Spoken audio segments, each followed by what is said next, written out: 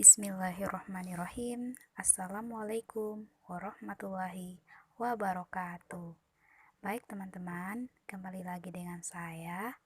Perkenalkan, nama saya Nining Anggraeni, nomor induk mahasiswa 4314119027. Saya dari Prodi Pendidikan Biologi, jurusan Biologi, Universitas Negeri Gorontalo. Baik teman-teman, pada kesempatan kali ini saya akan membahas tentang materi suksesi.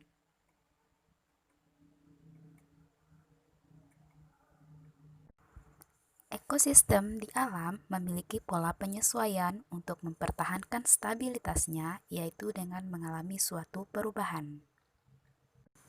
Komposisi spesies dalam komunitas bervariasi sepanjang waktu. Di beberapa spesies, kelimpahannya menurun, sedangkan yang lainnya meningkat.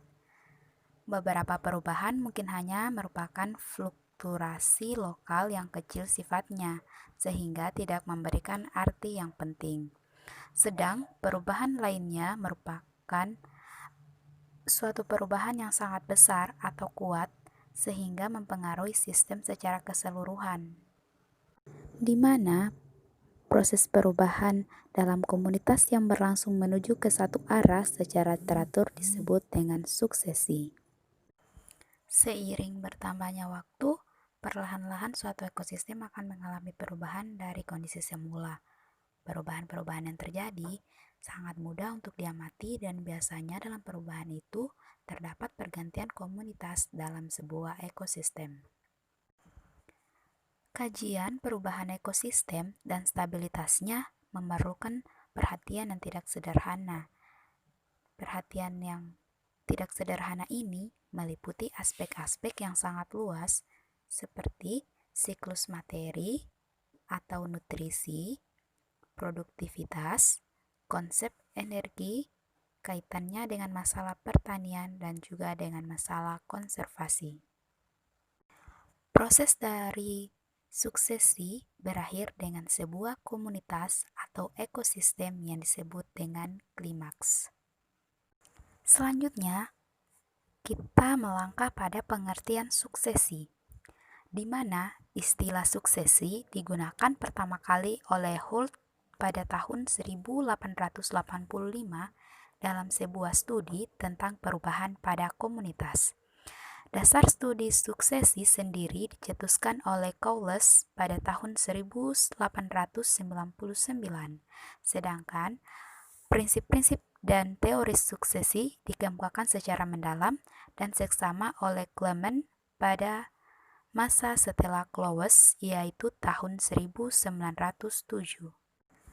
Beberapa pengertian tentang istilah suksesi dikemukakan sebagai berikut. Yang pertama, suksesi merupakan perubahan langsung secara keseluruhan pada selang waktu lama, namun bersifat kumulatif dari dalam komunitas tertentu dan terjadi pada tempat yang sama. Yang kedua, suksesi yaitu proses perubahan dalam komunitas yang berlangsung menuju ke satu arah, berlangsung lambat namun teratur, pasti dan dapat diramalkan.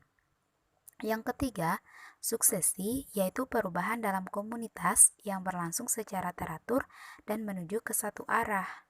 Dan yang keempat, suksesi yaitu suatu proses perubahan yang terjadi dalam komunitas ataupun dalam sebuah ekosistem yang timbulnya menyebabkan pergantian dari satu komunitas atau ekosistem oleh komunitas atau ekosistem yang lain. Suksesi ekologi sendiri adalah komunitas yang terdiri dari berbagai populasi, bersifat dinamis dalam interaksinya, dan dalam ekosistemnya mengalami perubahan sepanjang masa. Perkembangan ekosistem ini menuju kedewasaan dan keseimbangan. Suksesi ini terjadi akibat dari modifikasi lingkungan fisik dalam komunitas atau dalam sebuah ekosistem. Menurut Clemens tahun 1916, ada 6 unsur yang akan terjadi sehubungan dengan proses suksesi.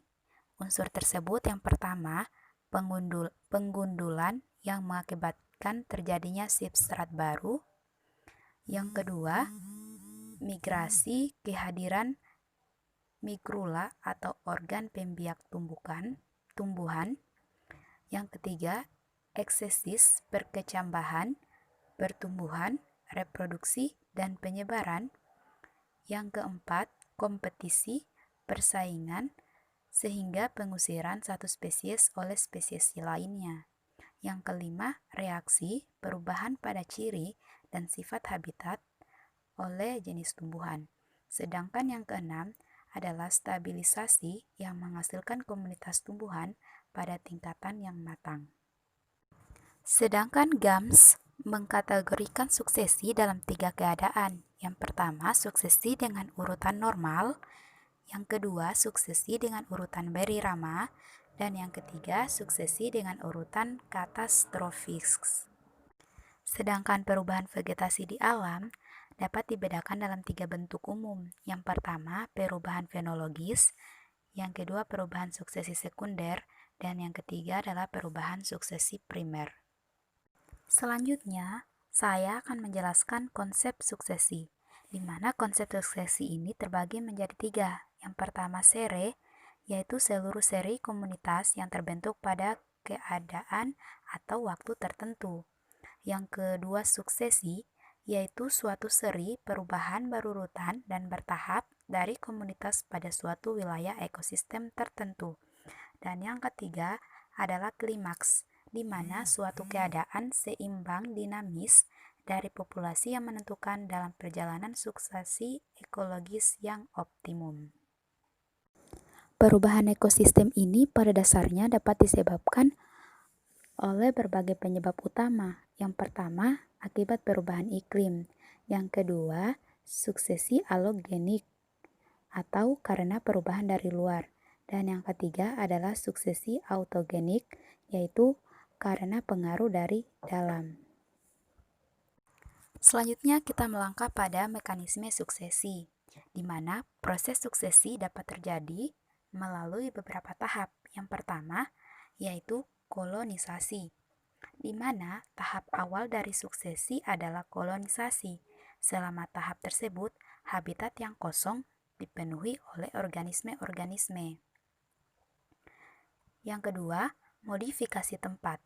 Dari tahap kolonisasi, organisme-organisme yang berdiam di daerah itu akan mengubah sifat-sifat tempat tersebut. Koloni awal dari suksesi primer pada daerah terestrial biasanya adalah mikroorganisme tanah seperti lumut kerak yang merupakan kolonis permulaan dari berbatuan vulkanik. Yang ketiga, variabilitas ruang. Tahap berikut dari modifikasi ruang adalah peningkatan variabilitas ruang atau spasial habitat. Contohnya adalah Diras drummondii, adalah tanaman pembentuk hutan yang terpenting pada suksesi awal di Alaska. Tumbuhan ini menghasilkan gradien sifat tanah, di mana bahan organik tanah bervariasi pada bagian tengah hutan dan pada bagian tepi hutan. Penutupan vegetasi umumnya berpengaruh pada perbaikan temperatur cahaya dan evaporasi. Selanjutnya, tipe-tipe suksesi. Berdasarkan kondisi habitat, pada awal suksesi dapat dibedakan menjadi 2 macam. Yang pertama, suksesi primer, dan yang kedua adalah suksesi sekunder. Baik, pertama saya akan menjelaskan suksesi primer. Suksesi primer ini terjadi jika suatu komunitas mendapat gangguan yang mengakibatkan komunitas awal hilang secara total, sehingga terbentuk habitat baru. Gangguan tersebut dapat terjadi secara alami maupun oleh campur tangan manusia. Terdapat beberapa ciri dari suksesi primer, antara lain berkembang pada substrat baru, yang kedua terbentuk vegetasi baru, dan yang ketiga ekosistem awal habis total. Adapun contoh dari proses suksesi primer adalah sebagai berikut.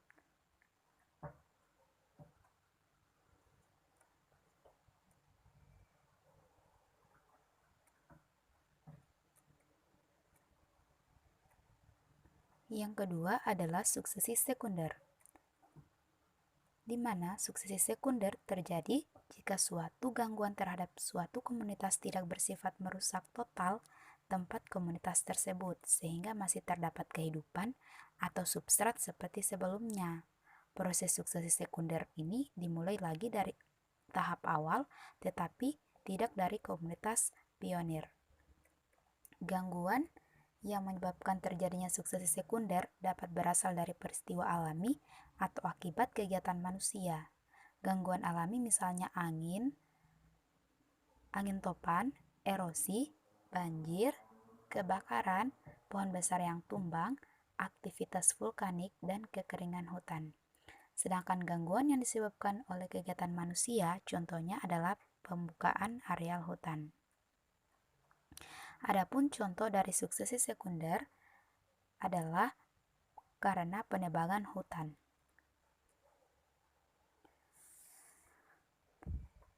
Suksesi sekunder ini juga memiliki tahap-tahap. Yang pertama, fase permulaan.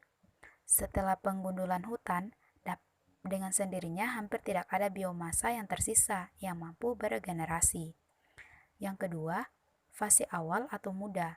Kurang dari 1 tahun, tumbuhan herba dan semak-semak digantikan oleh jenis pohon pionir awal yang mempunyai ciri-ciri pertumbuhan tinggi yang cepat, kerapatan kayu yang rendah, pertumbuhan cabang sedikit, daun-daun berukuran besar dan sederhana, serta relatif mudah atau cepat berbunga, memproduksi banyak benih-benih dorman yang berukuran kecil yang disebarkan oleh burung-burung, tikus atau angin yang masa hidupnya pendek, serta berkecambah pada intensitas cahaya tinggi dan daerah penyebaran yang luas.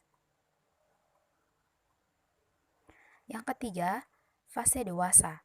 Setelah pohon-pohon pionir awal mencapai tinggi maksimumnya, mereka akan mati satu persatu dan secara berangsur-angsur digantikan oleh pionir-pionir akhir yang juga akan membentuk lapisan pohon yang homogen.